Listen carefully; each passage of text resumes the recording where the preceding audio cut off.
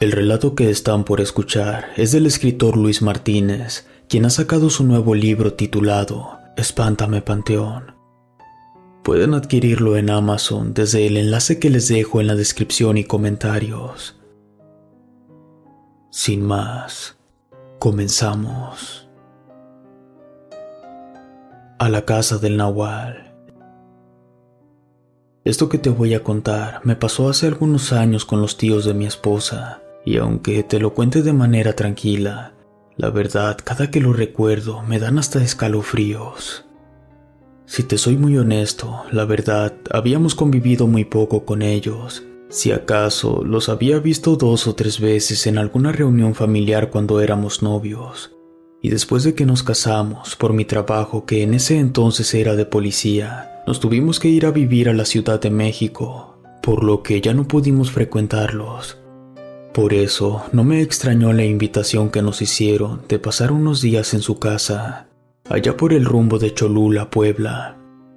Al momento me pareció una buena idea para poder acercarnos un poco más a su familia, así que lo planeamos para las vacaciones que tendría en junio para quedarnos una semana con ellos. Pero la verdad, después de aquella experiencia tan aterradora, me prometí jamás regresar. Como te decía, llegó junio, salimos el jueves desde muy temprano de la ciudad con rumbo a Puebla. Afortunadamente, un compañero del trabajo me había prestado su carro. Mi esposa iba muy contenta, hacía tiempo que no iba a visitar a sus tíos. Eso me alegraba mucho, aunque la verdad yo me sentía algo cansado. Había tenido una semana muy pesada en el trabajo, pero traté de concentrarme en la carrera. La mayor parte del trayecto fue tranquilo, pero conforme nos íbamos acercando al pueblo de sus parientes, una densa neblina cubrió el camino y las curvas se fueron haciendo cada vez más pronunciadas. La verdad, sí me hicieron sudar de nervios, pero después de un rato, llegamos por fin a casa de uno de sus tíos. Aunque quizá debo aclarar que no es un pueblo como tal. Aunque tenía una pequeña plaza con kiosco y una pequeña iglesia en el centro, la mayoría de las casas estaban esparcidas sobre los cerros de alrededor. Incluso algunas estaban bastante alejadas de ahí, como la de sus tíos, que estaba en la parte elevada de uno de esos montes. Por lo que tuvimos que subir una vereda muy angosta, donde apenas si cupo el carro. Apenas nos estacionamos frente a su casa, salieron a recibirnos muy amablemente su tía y 2 de sus primas. Bajamos nuestras maletas y nos invitaron a instalarnos en una de las habitaciones mientras preparaban la comida. Cuando nos sentamos a la mesa, empezamos a platicar amenamente con ellas. En ese momento llegó el tío de mi esposa, don Julián, con su hijo Ricardo. Ambos venían enlodados y traían una escopeta colgando del hombro. Al parecer no nos esperaban tan temprano, porque entraron echando pestes y maldiciendo su mala suerte por no haber podido darle un tiro y matarlo de una vez. Pero apenas nos vieron, se quedaron callados, se apresuraron a quitarse las escopetas y se acercaron a saludarnos. Yo me quedé un poco desconcertado. ¿De quién hablaban y por qué tendrían que matarlo? Finalmente se sentaron con nosotros y las primas empezaron a servir la sopa.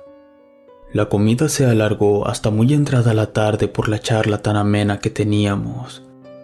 Ya empezaba a oscurecer y fue entonces que don Julián y Ricardo se disculparon y nos dijeron que tenían que regresar a darse unas vueltas a los corrales y después a los campos, porque en las últimas semanas se les habían desaparecido algunos animales. Además que en parte de los sembradíos aparecían destrozadas las milpas. Sospechaban de algunos coyotes o lobos, pero hasta ese momento no los habían podido cazar. Yo sin pensarlo mucho me ofrecí a ayudarles. Don Julián se negó en un principio. Me dijo que era su invitado y que incluso podía ser peligroso si nos llegábamos a encontrar con aquellos animales. Pero cuando le recordé que era policía, me preguntó muy serio si sabía manejar un arma. Le mentí un poco. A pesar del entrenamiento que tuve cuando entré a la academia, en realidad mi trabajo era más de escritorio y hacía un tiempo que no agarraba una pistola. Pero en ese momento no creí que hubiera riesgo real, y en verdad quería salir a recorrer los campos, así que le dije que sí. El tío miró discretamente a mi esposa como esperando su aprobación. Después de un silencio incómodo, don Julián finalmente aceptó que lo acompañara. Me levanté emocionado de la mesa y me acerqué a ellos. Me ofreció la escopeta que traía cargando y unos cartuchos, y aparte me dio una 9 milímetros que me ajusté en la cintura.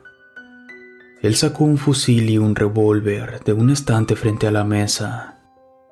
Antes de salir, la tía me dijo que me llevara ropa gruesa porque más noche haría mucho frío. Desde la casa se podían ver los corrales y un establo.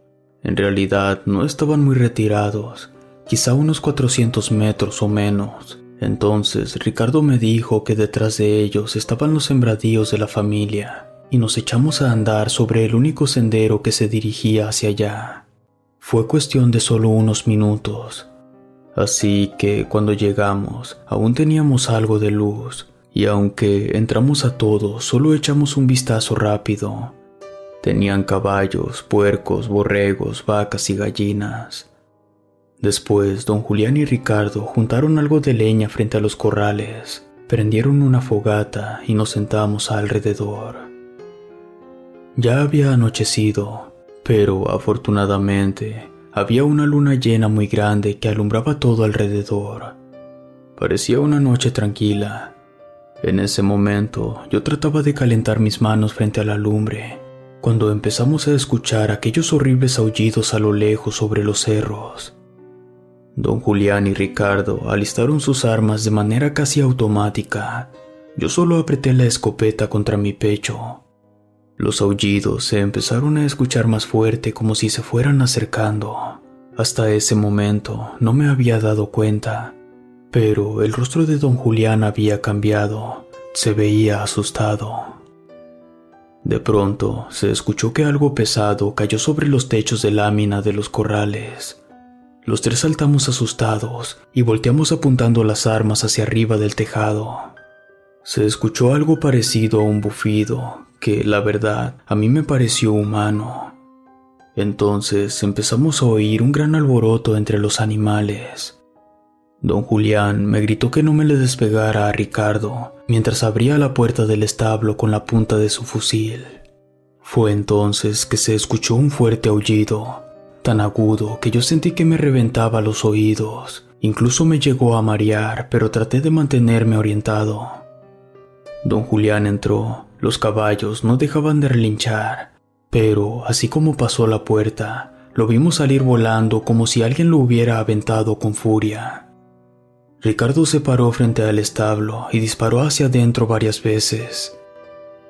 Todo quedó en silencio por un segundo, y después solo se escuchó el cacaraqueo de algunas gallinas asustadas. Ricardo empezó a recargar su arma mientras yo ayudaba al tío a levantarse, cuando de pronto se escuchó un golpe muy fuerte, al mismo tiempo que vimos como en la pared de madera de un costado del corral se abría un boquete.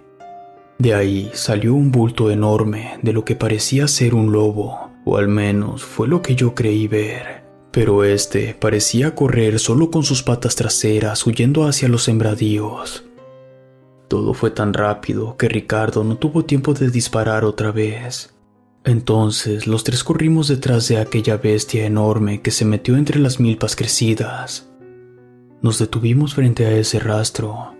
Don Julián le hizo una señal a su hijo para que se fuera hacia la izquierda. Yo me fui tras de él.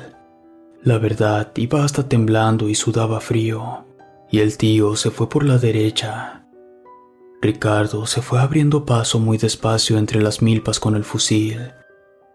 Yo iba aterrado, no podía dejar de voltear a cada rato hacia atrás. Así caminamos por unos minutos, cuando escuchamos varios disparos y un grito de dolor de don Julián. Ricardo se fue corriendo hacia donde se habían escuchado las detonaciones. Yo, por más que traté de seguirlo, no pude aguantarle el paso y acabé perdiéndome en el sembradío. Fue entonces cuando escuché aquellos bufidos detrás de mí que me erizaron la piel. Sentía cómo retumbaba mi corazón en mi pecho. No sé por qué pensé que si no me movía no me atacaría aquella cosa. Pero entonces sentí aquellos jadeos sobre mi cabeza. Apreté la escopeta entre mis manos y empecé a correr como un loco sin saber realmente hacia dónde iba. Hasta que de pronto se me acabó el sembradío y salí hacia el forraje del cerro. Fue cuando me tropecé con una piedra, me fui de boca y solté la escopeta, y aunque alcancé a meter las manos, me di un golpe muy fuerte en la cabeza que me mareó por un momento. Al girarme para quedar boca arriba, fue cuando vi aquel ser monstruoso frente a mí. Me pareció enorme, pero no era un lobo. Estaba parado solo en sus dos patas traseras que parecían de caballo y su dorso.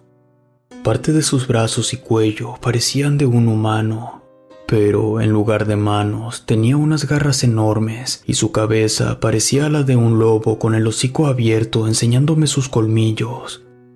Yo estaba aterrado. No tenía idea de dónde había caído la escopeta y sabía que no me daría tiempo de pararme para correr otra vez.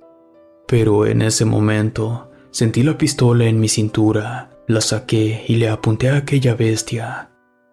Sus ojos rojos me miraban como burlándose de mí. Jalé el gatillo desesperado, pero el arma no funcionó. Sé que es estúpido, pero no le había quitado el seguro. Cerré los ojos por instinto esperando el zarpazo. Entonces escuché varios disparos seguidos de un aullido desgarrador casi humano. Yo no dejaba de temblar y aún con mucho miedo abrí los ojos. Frente a mí estaba Ricardo, que parecía apuntarme con su escopeta, y junto a él don Julián. Se acercaron lentamente sin bajar sus armas. Ricardo me ayudó a levantarme.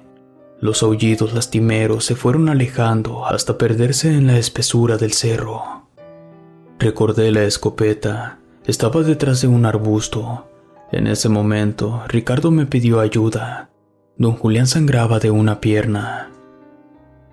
Cuando entramos a la casa, apenas nos vio entrar mi esposa, gritó aterrada y corrió a abrazarme. No me había dado cuenta, pero tenía una herida en la cabeza y varias manchas de sangre en la chamarra y el pantalón. Ayudamos a don Julián a sentarse en el sillón de la sala. Con ayuda de mi esposa me seguí revisando. No encontré alguna otra lesión. La tía y las primas ya curaban al tío. Al parecer, la herida en la pierna era superficial. Ricardo se puso a cerrar todas las puertas y ventanas de la casa. Tenía el temor de que regresara esa bestia. Me acerqué con el pretexto de ayudarle y le pregunté muy serio qué demonios nos había atacado. Sin dejar de atrancar la puerta, me dijo entre dientes que aquella bestia era un nahual. No supe qué pensar en ese momento. Cargamos las armas y estuvimos en vela el resto de la madrugada. Al otro día, después del desayuno, subimos las maletas al coche y nos despedimos con el pretexto de que me requerían en el trabajo. Don Julián y Ricardo me agradecieron que los hubiera acompañado. Yo por compromiso les dije que en lo que pudiera apoyarlos. Han pasado algunos años desde que pasé esa horrible experiencia, y aunque me he llegado a encontrar a don Julián y Ricardo en alguna reunión familiar, nunca más volvimos a hablar de aquella noche, ni de aquel nahual. Relato escrito y adaptado por Luis Martínez.